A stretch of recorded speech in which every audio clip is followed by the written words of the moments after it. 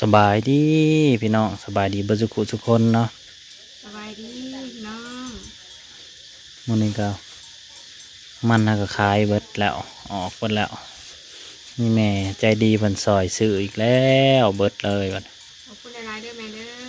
ขออยู่ดีมีแรงสุขภาพร่างกายแข็งแรง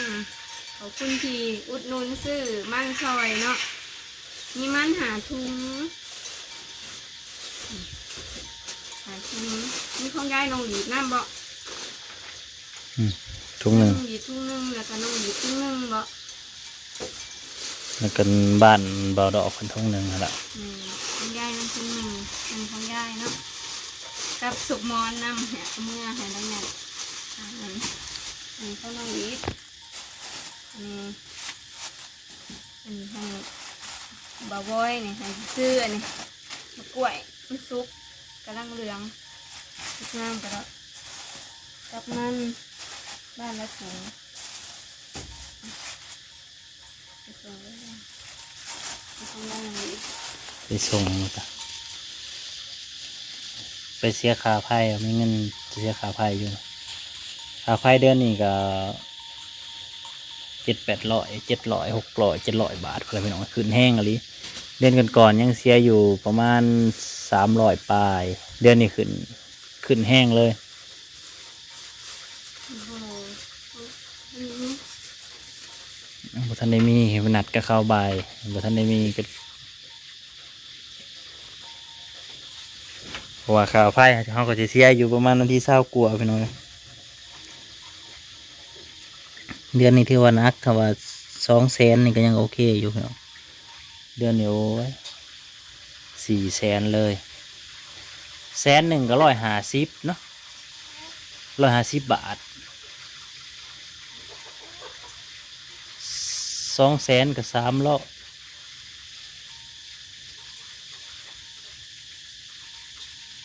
400,000พอดี600 บาทเห็นไหมค่าไฟ600 บาทเสียนักสุดในประวัติศาสตร์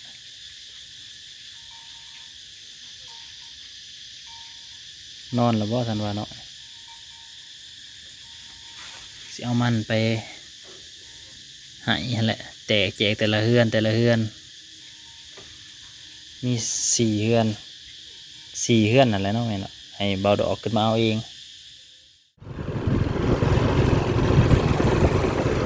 ส่งมันพี่น้องเอ้ยหลังสีเขียวก่อน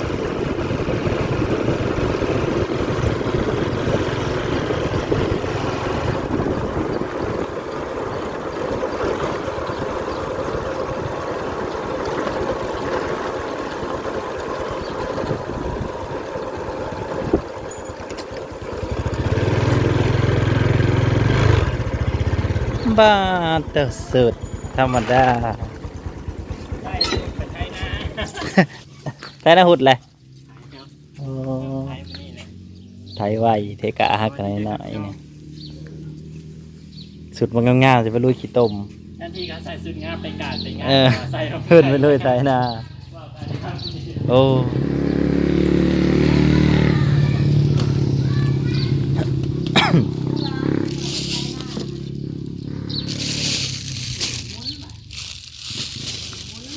มันมา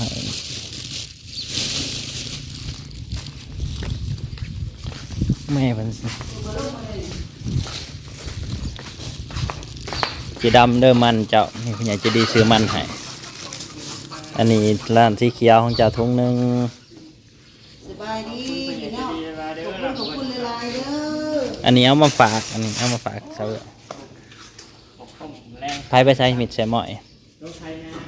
อืมอืม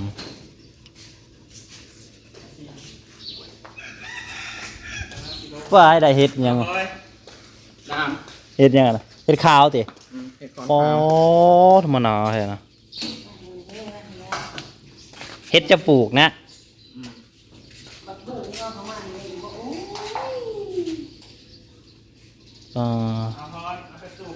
เจดำไรกล้าแล้ว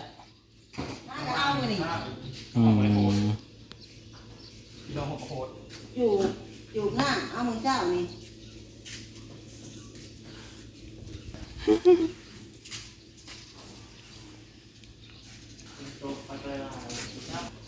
ยู่เทิงฟ้าบ่อยู่นู่นก็เรียรอเนาะหน้าพอน้องมอสอะคันบอลเอาพร้อมพลแล้วบ่ได้เด้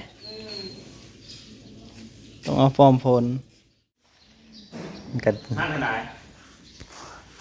ตกใจ ก็จะได้เห็นมันอยู่ มีค่อยไปใส่พอเท่าใดดอก ทีแรกมันก็เลื่อนนี่แล้วลายมัน800,000นี่นะฮะ พี่นี่ขึ้นล้าน อยู่เอื้อน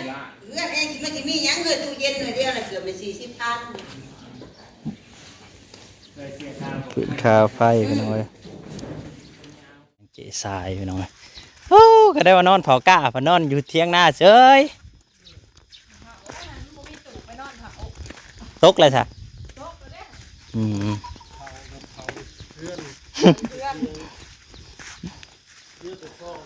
อุ้ยอยากจะดีชื่อมันให้ พี่น้อง มันเฮาเลยครับ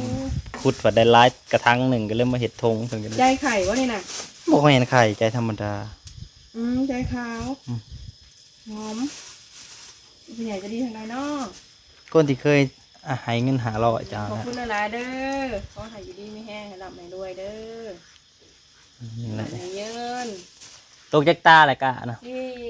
เออสี เอาอีกเป็น2 ตา พังฝนว่ามื้ออื่นบ่ว่าสิหวานอีกนี่ก็ได้ เงาแล้วกาตัวน่ะ ฮักก็ขึ้นเขียวๆใส่ไหลกันนั่นแหละเบิ่งหวานนั่นใกล้ๆนี่แหละวะลุ่มพูเออ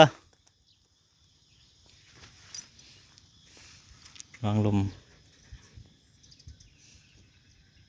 เสียงรถไถแซวอะไรเป็นงยามนี้มา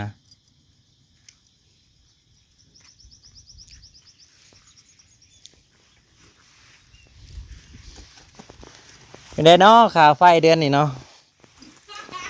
จุกกันเลยดาวมาอยู่ตั้งแต่ปี2 ปีเลยนี่ค่ะครั้งแรกเลยจุกแสนเต็มเก่าร้านชุดละ300,000กว่าๆหน่อย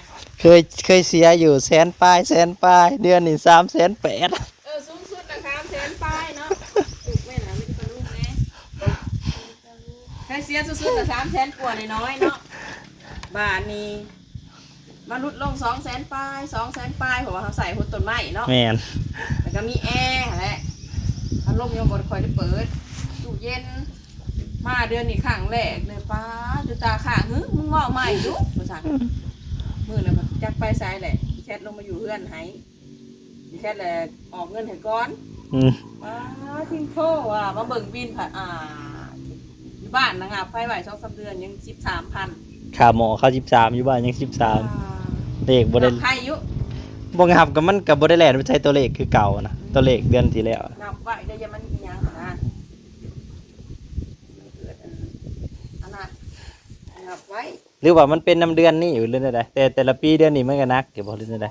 หากจะยินก็สิปาประคาไปผ่าขึ้น ๆอ๋อขึ้นก้อนเป็น10%เลยเนาะอืมนั่นแหละสายไฟกับบัดนี้ไฟมันมาดับดุไฟมันไฟดับดุช่วงไฟดับดุนี่มันแพง ดับเบิดมือเบิดเป็นบ่ชมกับว่าเก็บแพงอยู่นะเนาะ แล้วก็ขึ้นอีกได้เนาะ ดับดูแล้วก็ไฟขึ้น ก็ประมาณ600เฮาเจ้าก็ประมาณ700พุ่นแหล้วเนาะ ว้าย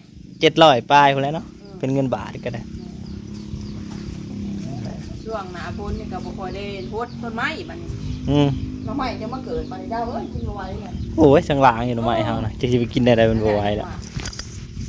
หน่อไม้อันนี้ก็เกิดว่านี่นะ กินต้นไม้ดันไหลนี่ เออ หวายส่วนซับเป็นหา6 ต่อมีแต่5แค่5แค่ อันนั้นหน่อไม้ยังอยู่ทางหล้างห้องน้ำนะ พวกหวาน ไปเบิ่งก่อนอันนี้ก็ออกว่านี่นะ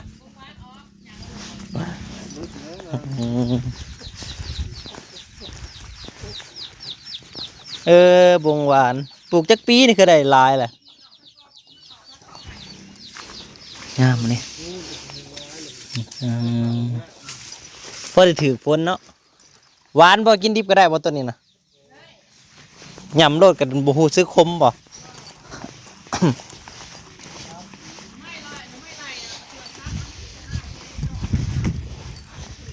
นี่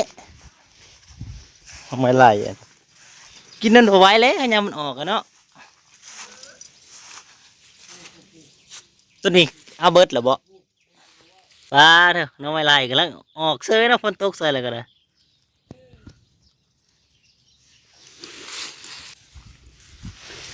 พี่ปลา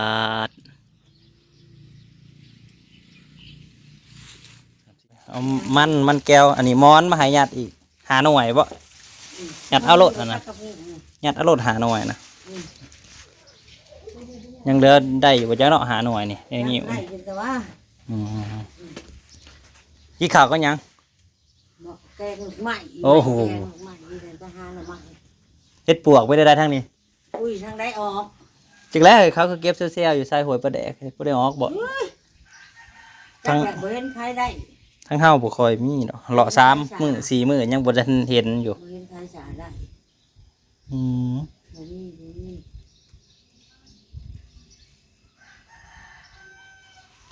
หอนเอานั่นนี่มันเฮาบ่เฮิงนะว่ามันสิออกอยู่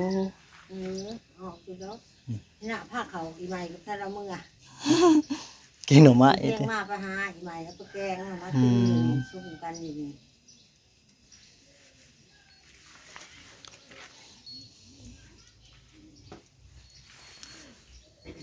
งัวเรานี่ ง่วงนั่น ไข่แหละแล้วก็พอได้มาเล่มบ่ให้หญ้าเหียนไปแน่ อย่าไปเล่นพักเด้อ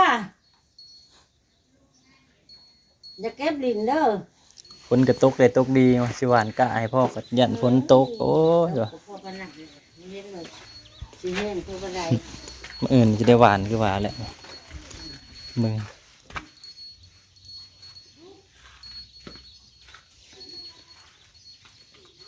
จะหลีดมาหาบ่หวานนี่ได้วายมาใหายบ่ กูก็กินอะไรกัน ไปหาอยู่น้องคอนว่าซั่นว่าสิได้เฮ็ดบ่ได้หยังบ่ได้หยัง